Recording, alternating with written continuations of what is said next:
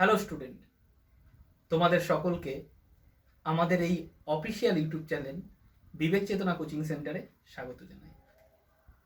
যেমনটা কথা ছিল, আজ ঠিক 9টার সময় আমাদের শুরু করার কথা ছিল পৃথিবীর ইতিহাসের একজন অন্যতম চর্চিত বিষয়, চর্চিত ব্যক্তিত্ব, যিনি মাত্র সামান্য 52 বছরের জীবনে তিনি সারা পৃথিবীর ইতিহাসে একজন অনন্য ব্যক্তিত্ব, যিনি তার কর্মকাণ্ডের মধ্যে দিয়ে সমগ্র ফ্রান্স কেন সমগ্র ইউরোপ ছাড়িয়ে পৃথিবীর বুকে এবং বিশ্বের বিভিন্ন প্রান্তে তার আদর্শ, তার চিন্তা চেতনার যে এক ভাবধারার বিকশিত করেছিল, ঠিক সেরকম ব্যক্তিত্বের সম্পর্কে আলোচনা করার কথা। হ্যাঁ, তোমরা নিশ্চয়ই ঠিক ধরতে পেরেছ, আমরা সেই ব্যক্তিটির কথা বলছি যার নাম নেপোলিয়ান বোনাপার্ট, যিনি ইতিহাসের একজন অন্যতম চর্চিত ব্যক্তিত্ব।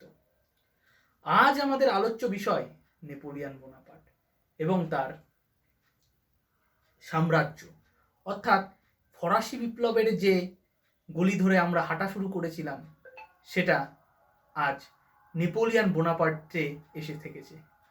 অর্থাৎ ফরাসি বিপ্লবের যে এক বিপ্লবসাত যে সমাজ ব্যবস্থা, যে ফ্রান্স, সেখানে একটি উষার মতো আলোকিত করে ব্যক্তিত্ব যিনি ইতিহাসে সাড়া জাগিয়েছে, তার নাম নেপোলিয়ান বোনাপার্ট।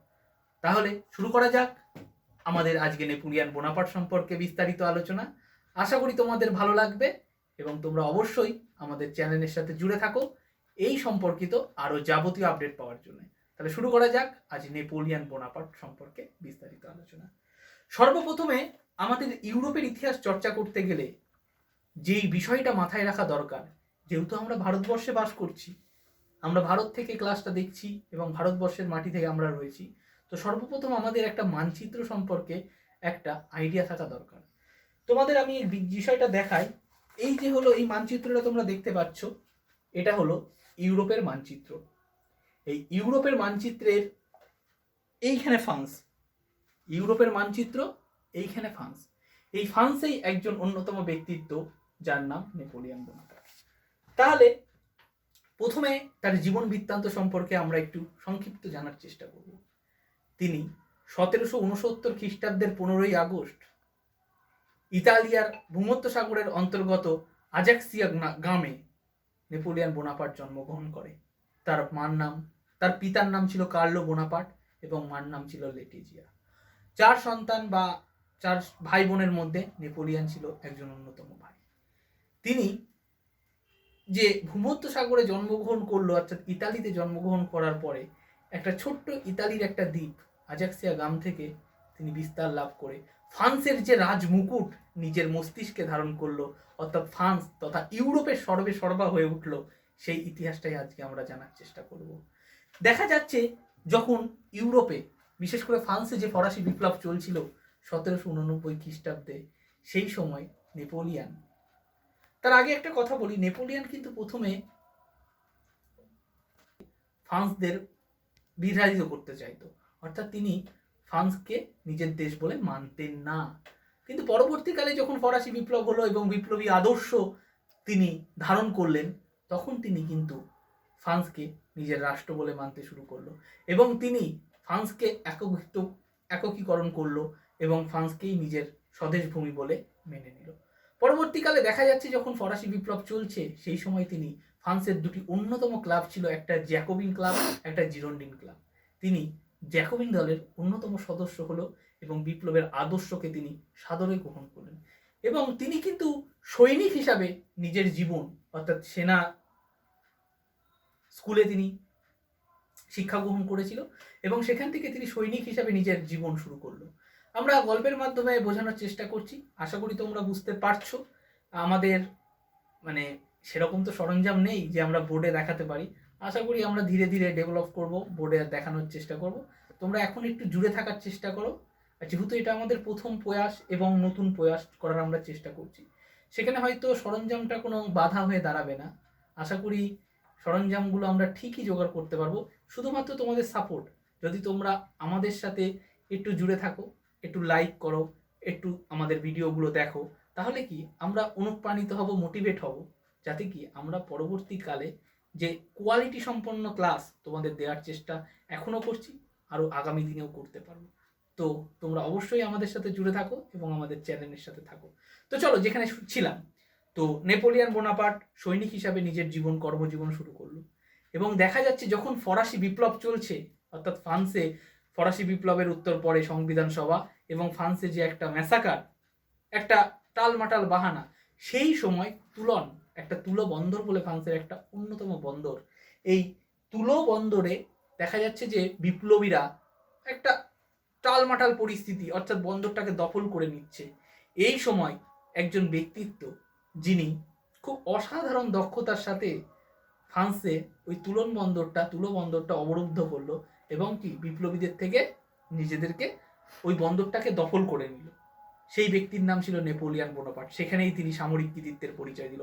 ধীরে ধীরে ধীরে ধীরে তিনি ডাইরেক্টরিদের নজরে আসলেন এবং তিনি একে একে বিভিন্ন যুদ্ধের মাধ্যমে, ডাইরেক্টরিরা শাসন করছিল, আমি আগেই বলেছি 1795 থেকে 1799 পর্যন্ত ফ্রান্সের ডাইরেক্টরির শাসন। তো সেই সময় ডাইরেক্টরিরা নেপোলিয়ানকে বিভিন্নভাবে, বিভিন্ন উদ্যোগে নেপোলিয়ানকে বিভিন্ন এলাকায় জয় করতে পাঠিয়েছিল। যেরকম নীলনদের যুদ্ধ, পিরামিডের যুদ্ধে নেপোলিয়ান জয়লাভ করে এবং কি তিনি অত্যন্ত দক্ষতার সাথে নিজের সামরিক প্রতিভা একটা বিস্তার লাভ করার চেষ্টা করেছিল। এইভাবে তিনি একটি ফ্রান্সের বিখ্যাত ব্যক্তিত্ব, অর্থাৎ সমরকুশলী ব্যক্তিত্ব হিসাবে নিজের আত্মপ্রকাশ করেছিল। পরবর্তীকালে আমরা যখন দেখলাম 1799 খ্রিস্টাব্দে ডাইরেক্টরিদের অবক্ষয়, অরাজকতা, যে বিপ্লবী যে আদর্শ, সেই বিপ্লবের সাম্য, মৈত্রী, স্বাধীনতা, এই ভাবধারাটা তারা ধরে রাখতে পারলো না। নেপোলিয়ান স্বপ্ন দেখালো যে তোমাদেরকে আমি মুক্তি দিতে পারি। তাই তিনি ডাইরেক্টরি শাসনের অবসান ঘটিয়ে নেপোলিয়ান প্রথম ফ্রান্সে কনসালের শাসন প্রতিষ্ঠা করলো, অর্থাৎ দুজন কনসাল এবং তিনি একজন অন্যতম কনসাল মিলে প্রথম 1799 খ্রিস্টাব্দে 11ই নভেম্বর, খুব সম্ভবত 11ই নভেম্বর, তিনি ফ্রান্সে কনসালের শাসন প্রতিষ্ঠা করলো এবং সেখান থেকে পরবর্তী 2 বছর তিনি ফ্রান্সে অন্যতম প্রধান কনসাল ছিল। পরবর্তীকালে তিনি 1802 খ্রিস্টাব্দে 10 বছরের জন্য কনসাল নিযুক্ত হলো এবং 1804 খ্রিস্টাব্দে তিনি ফরাসি জাতির সম্রাট হিসাবে নিজেকে আত্মপ্রকাশ করলো এবং নিজেকে আত্মপ্রকাশের মধ্যে দিয়ে কি তিনি ফ্রান্সের একাধিপত্য কায়েম করা শুরু করলো। নেপোলিয়ন সম্পর্কে বলতে গেলে বোঝা যায় যে তিনি সাম্য, মৈত্রী, স্বাধীনতার যে আদর্শ নিয়ে ফরাসি বিপ্লব শুরু হয়েছিল, সেই ফরাসি বিপ্লবের মধ্যে তিনি সাম্য এবং মৈত্রীর ভাবটি ফরাসি জনগণের মধ্যে দিয়েছিল। তিনি কখনোই কিন্তু স্বাধীনতা ফরাসি মানুষদের মধ্যে ফিরে দেয়নি। পরবর্তীকালে দেখা যাচ্ছে তিনি একে একে ফ্রান্সকে অত্যন্ত ডেভেলপ করতে শুরু করলো এবং ফ্রান্সের যে বিপ্লবোত্তর পরিস্থিতি, যে নতুন একটা চেতনার বিকাশ ঘটাতে শুরু করলো এবং ফরাসি জনগণকে উদ্বুদ্ধ করলো সেই পরিস্থিতির মধ্যে মানিয়ে নেওয়ার জন্য। দেখা যাচ্ছে যে 1800 খ্রিস্টাব্দে তিনি ফ্রান্সের ব্যাংক অফ ফ্রান্স প্রতিষ্ঠা করলো। পরবর্তীকালে তিনি একাধিক সৈনিক স্কুল, বিদ্যালয় ইত্যাদির মাধ্যমে তিনি ফ্রান্সকে একটি অত্যন্ত একটি সমৃদ্ধশালী জায়গায় নিয়ে যাওয়ার চেষ্টা করলো এবং দেখা যাচ্ছে যে তার কার্যকালের মধ্যে একটি অন্যতম গুরুত্বপূর্ণ ছিল নেপোলিয়ানের সংহিতা বা নেপোলিয়ান কোড বা আইন সংহিতা, অর্থাৎ তিনি ফরাসি জনগণদের বা ফরাসি সমাজ ব্যবস্থায় একটা এক আইনের মধ্যে বাঁধার চেষ্টা করলো, যেই সংখ্যাটা ছিল 2287টি, একটি ধারা বিশিষ্ট একটি আইন সংহিতা, যা নেপোলিয়ান কোড নামে পরিচিত, যা বর্তমান সময়েও ফ্রান্সের বিভিন্ন জায়গায় ফ্রান্সের বিভিন্ন আইনে এই আইনগুলো মানা হয় এবং তিনি অত্যন্ত দক্ষতার সাথে এই আইনগুলি প্রণয়ন করেছিল। এই জন্য তাকে দ্বিতীয় জাস্টিনিয়ান বলা হয়। দেখা যাচ্ছে যে এই সময় তিনি ফ্রান্সের অভ্যন্তরে বিভিন্ন রকম কর্মকাণ্ডের মধ্যে দিয়ে ফ্রান্সকে একীভূত করা এবং ফ্রান্সকে একটি ইউরোপের অন্যতম শক্তিশালী রাষ্ট্র হিসাবে আত্মপ্রকাশ করতে অত্যন্ত দক্ষতার সাথে তিনি এই সমস্ত কাজগুলো করেছিল। আশা করি তোমরা বুঝতে পারছো। হয়তো আমার পড়ানোটা একটু স্পিডে হয়ে যাচ্ছে, মনে হচ্ছে একঘেয়েমি লাগছে, আসলে তোমরা উপাসে রয়েছো, তোমাদের তো আমি দেখতে পাচ্ছি না, তাই না? তো আমি বুঝতে পারছি না যে তোমরা কতটা বুঝতে পারছো বা আমার স্পিডটা বেশি বলা হয়ে যাচ্ছে কিনা। অবশ্যই তোমরা কমেন্টে বলবে, যদি কোনো কিছু ভুল ত্রুটি শুধরাতে হয় অবশ্যই আমি সেটা চেষ্টা করব এবং তোমাদের মহামূল্যবান কমেন্ট অত্যন্ত দরকার, যাতে আমি আমার যেগুলি ভুল শুধরানোর দরকার সেগুলো আমি অবশ্যই শুধরে নেওয়ার চেষ্টা করব। তোমাদের যেটা অসুবিধা হবে তোমরা অবশ্যই কমেন্টের মাধ্যমে জানাবে, যাতে কোনো অসুবিধা না হয়। তো এবার চলে আসি, তিনি ফ্রান্সের তো অভ্যন্তরীণ সংস্কারগুলো করলো।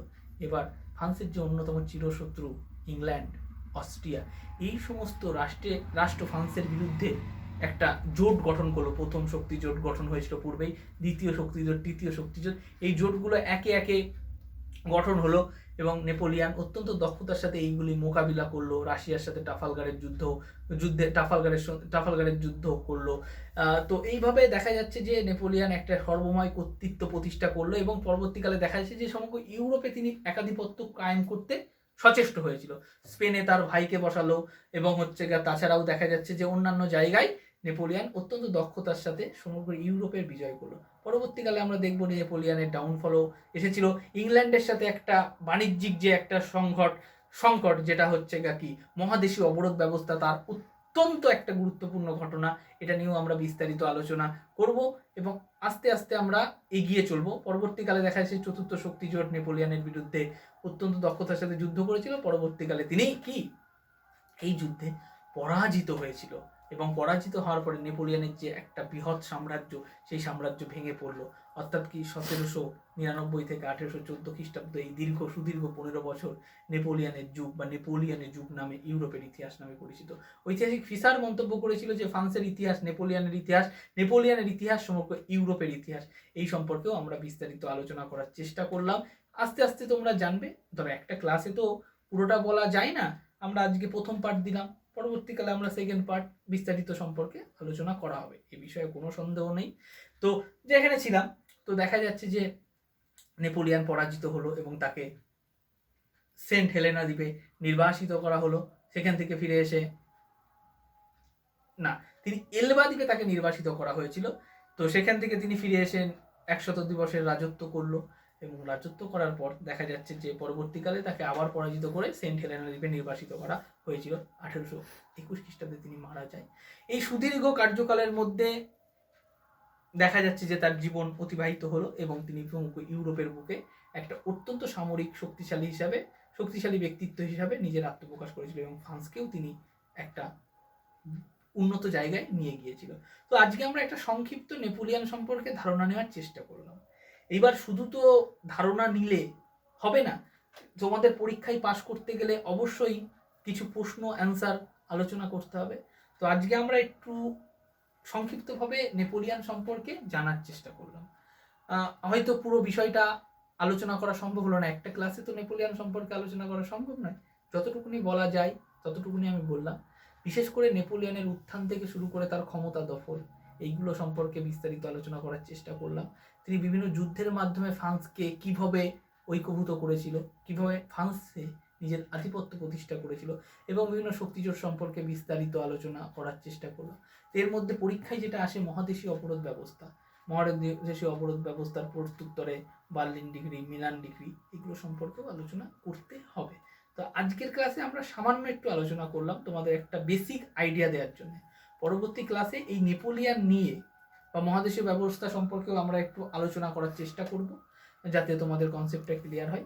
এবং এর পরের ক্লাসে আমরা যেটা করব, তোমাদের ক্লাস 9ম শ্রেণীর এই নেপোলিয়ান বোনাপার্ট থেকে কি কি সম্ভাব্য প্রশ্ন আসতে পারে, এই সম্ভাব্য প্রশ্ন উত্তর নিয়ে আমরা একটু আলোচনা করার চেষ্টা করব, যাতে তোমাদের পরীক্ষায় বেটার নাম্বার পেতে সুবিধা হয়। আজকের মতো এইটুকুনি রাখলাম ক্লাসটা। আশা করি তোমাদের ক্লাসটা বুঝতে সুবিধা হয়েছে। যদি কোথাও কোনো সমস্যা হয় তোমরা নির্দ্বিধায় কমেন্ট বক্সে কমেন্ট করবে, আমি তার উত্তর দেওয়ার চেষ্টা করব এবং পরবর্তী ক্লাসে সেই উত্তরগুলো নিয়ে আলোচনা করব, সেই প্রশ্নগুলো নিয়ে আলোচনা করব, আমি উত্তর দেব। তো আজকের মতো এখানেই রাখছি। তোমাদের যা সমস্যা হবে তোমরা কমেন্ট বক্সে জানাবে। আজকের মতো এখানেই সমাপ্ত।